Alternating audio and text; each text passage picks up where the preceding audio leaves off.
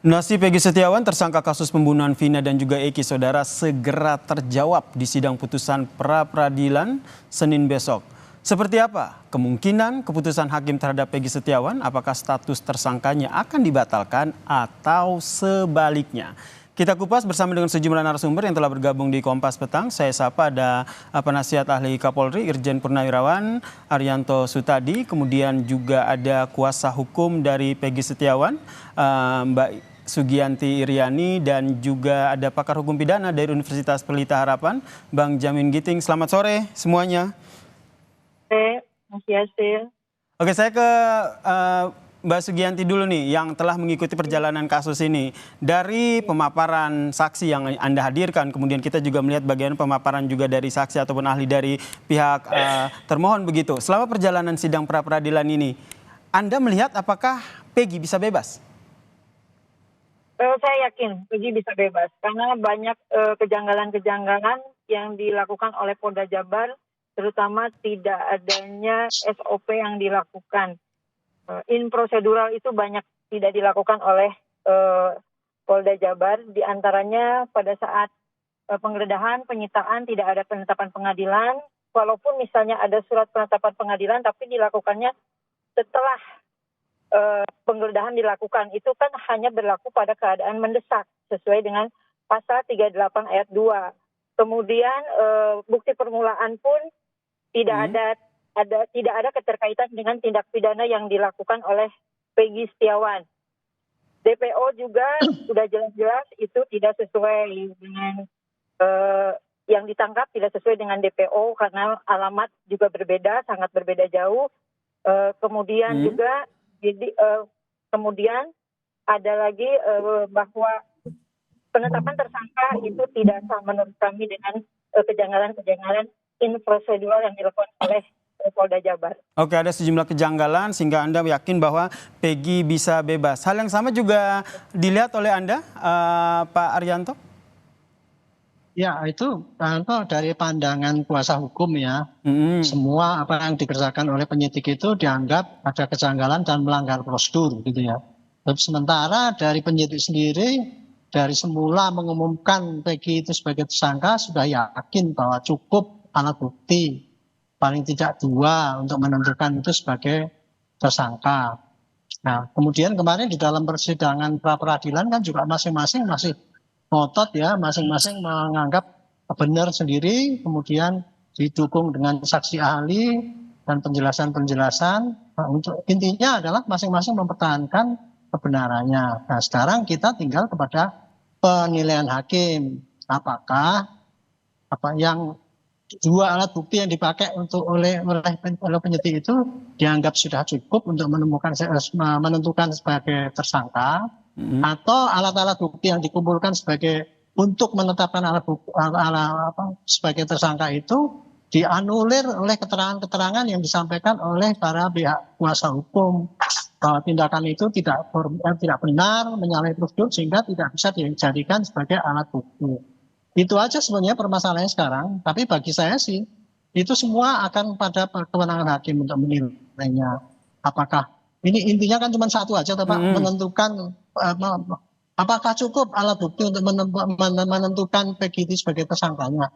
Itu saja. Dan apakah alat bukti itu didapat dengan cara yang benar sehingga itu bisa dijadikan sebagai alat bukti, karena di dalam penyidikan itu apapun tindakannya adalah tindakan yang harus sesuai dengan ketentuan undang-undang. Kalau tidak berarti tidak ada nilainya sebagai barang bukti. Oke. Jadi kira-kira begitu.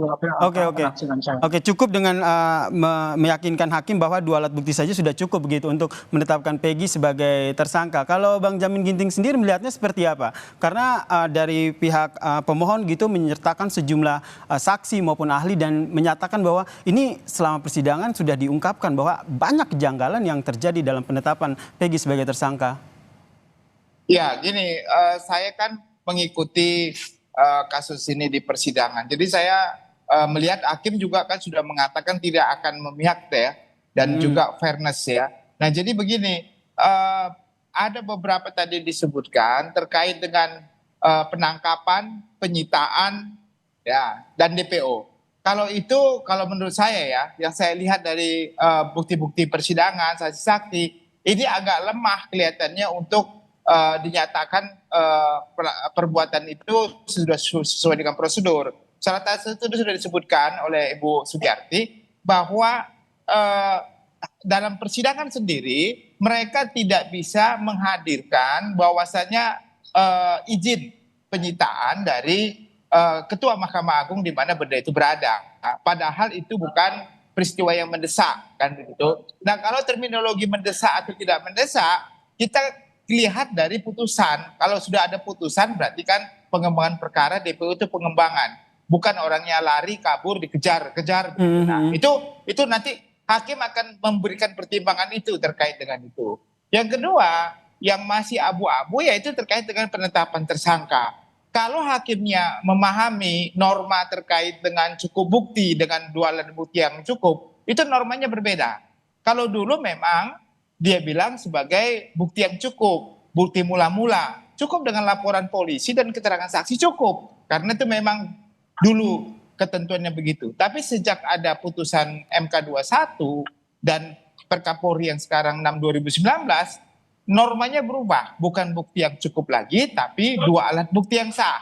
Sebagaimana dimaksud 184. Jadi kalau mengacu kepada putusan MK 21, kalau hakimnya melihat seperti ini, jadi besar kemungkinan penetapan tersangka ini tidak memiliki dua alat bukti yang cukup karena kualitas alat buktinya tidak memenuhi standarisasi sebagaimana penetapan menjadi tersangka. Baik. Itu yang saya amati begitu. Hal yang sama juga Anda amati seperti itu, Pak Arianto?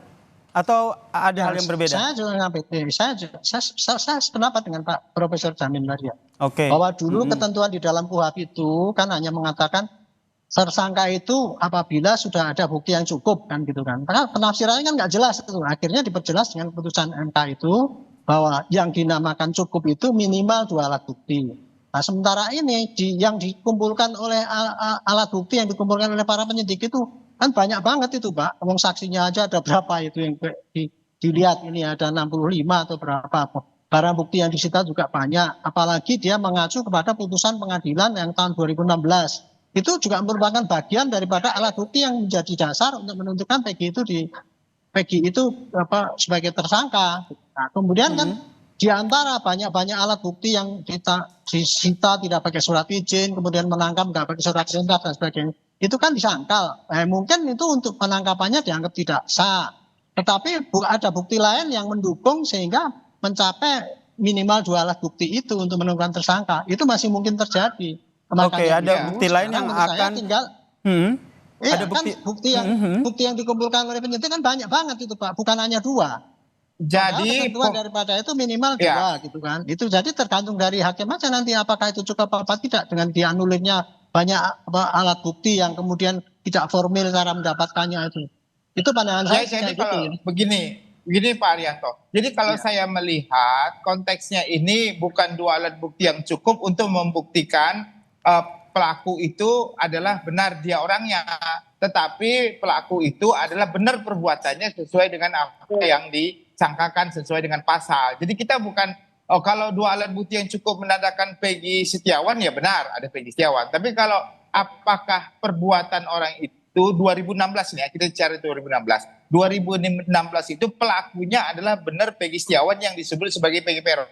Itu alat bukti itu. Nah, kalau hakim nanti menilai ternyata polisi dalam hal ini penyidik dalam 2016 tersebut yang dilakukan penyidikan tahun 2024 itu tidak cukup bukti, tidak ada bukti yang mengarah kepada dialah sebagai tersangkanya untuk bisa ditetapkan sebagai tersangka, bukan terbukti melakukan perbuatan ya. Untuk dijadikan tersangka. Untuk dijadikan sebagai tersangka, apakah ada bukti kuat atau tidak begitu ya? Tidak hanya sekedar cukup bukti atau tidak. Saya ke Mbak Sugiyanti begitu. Dengan saksi-saksi ataupun bukti-bukti yang ditampilkan di persidangan begitu. Apakah ada Anda yakin bahwa bukti-bukti yang dihadirkan itu sudah menjadi sebuah bukti kuat bahwa Peggy tidak bersalah? Saya setuju dengan Pak Ginting bahwa bukti-bukti itu bukan dilihat dari kuantitas, tapi kualitas bukti itu menunjukkan nggak ada tindak pidana yang dilakukan oleh Peggy Setiawan seperti itu. Jadi bukan buktinya bentuknya banyak tapi tidak menunjukkan keterkaitan pada tindak pidana.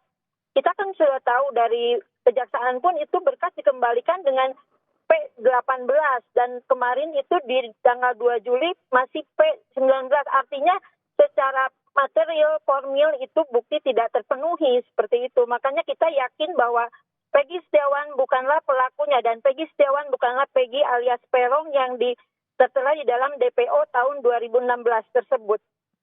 Oke, dari sekian banyak saksi yang dihadirkan, kesaksian disampaikan, kesaksian siapa yang akhirnya dapat meyakinkan hakim bahwa Peggy tidak bersalah? Tidak ada saksi-saksi yang menunjukkan kepada Peggy Setiawan adalah pelakunya.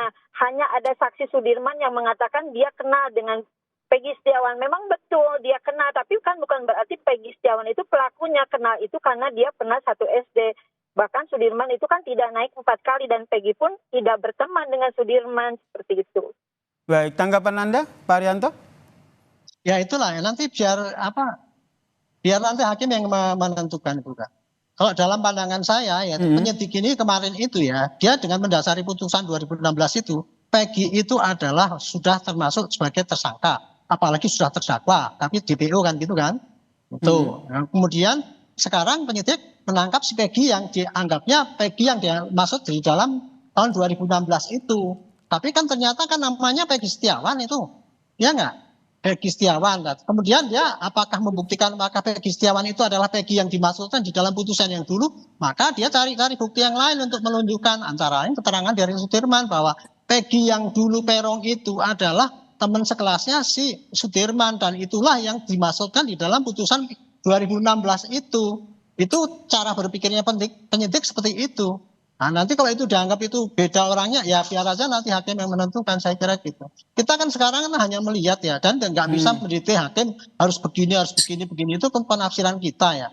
Saya nggak ngerti ya, saya pikir kalau di dalam peradilan itu kita tidak menafsirkan kepada orang itu sampai kepada apa yang dikerjakan. Tapi ini si Peggy ini sudah menjadi tersangka dulu ya. Sejak tahun 2016 itu sudah tersangka malah jadi terdakwa kan. Peggy namanya Peggy Peron. Nah sekarang penyidik menangkap orang yang dianggap Peggy Peron itu kok beda orangnya kan Peggy Setiawan. Penyidik sudah menunjukkan Peggy Setiawan itu adalah Peggy Peron. Itu aja konsep perdebatannya di situ gitu. Jadi kalau saya pikir ya kita lihat aja nanti hakim nanti mana yang menentukan gitu. Kita lihat saja nanti ya seperti apa nanti diskusi kita ini juga tentu akan bermuara pada esok hari begitu. Bagaimana keputusan dari majelis hakim terkait dengan pra-peradilan dari Peggy Setiawan ini. Terima kasih kuasa hukum Peggy Setiawan, Sugianti Iriani, kemudian penasihat ahli Kapolri Irjen Purnawirawan Arianto Sutiadi dan juga pakar hukum pidana dari UPH Bang Jamin Ginting telah berbagi perspektifnya di Kompas Petang. Salam sehat semuanya. Terima kasih.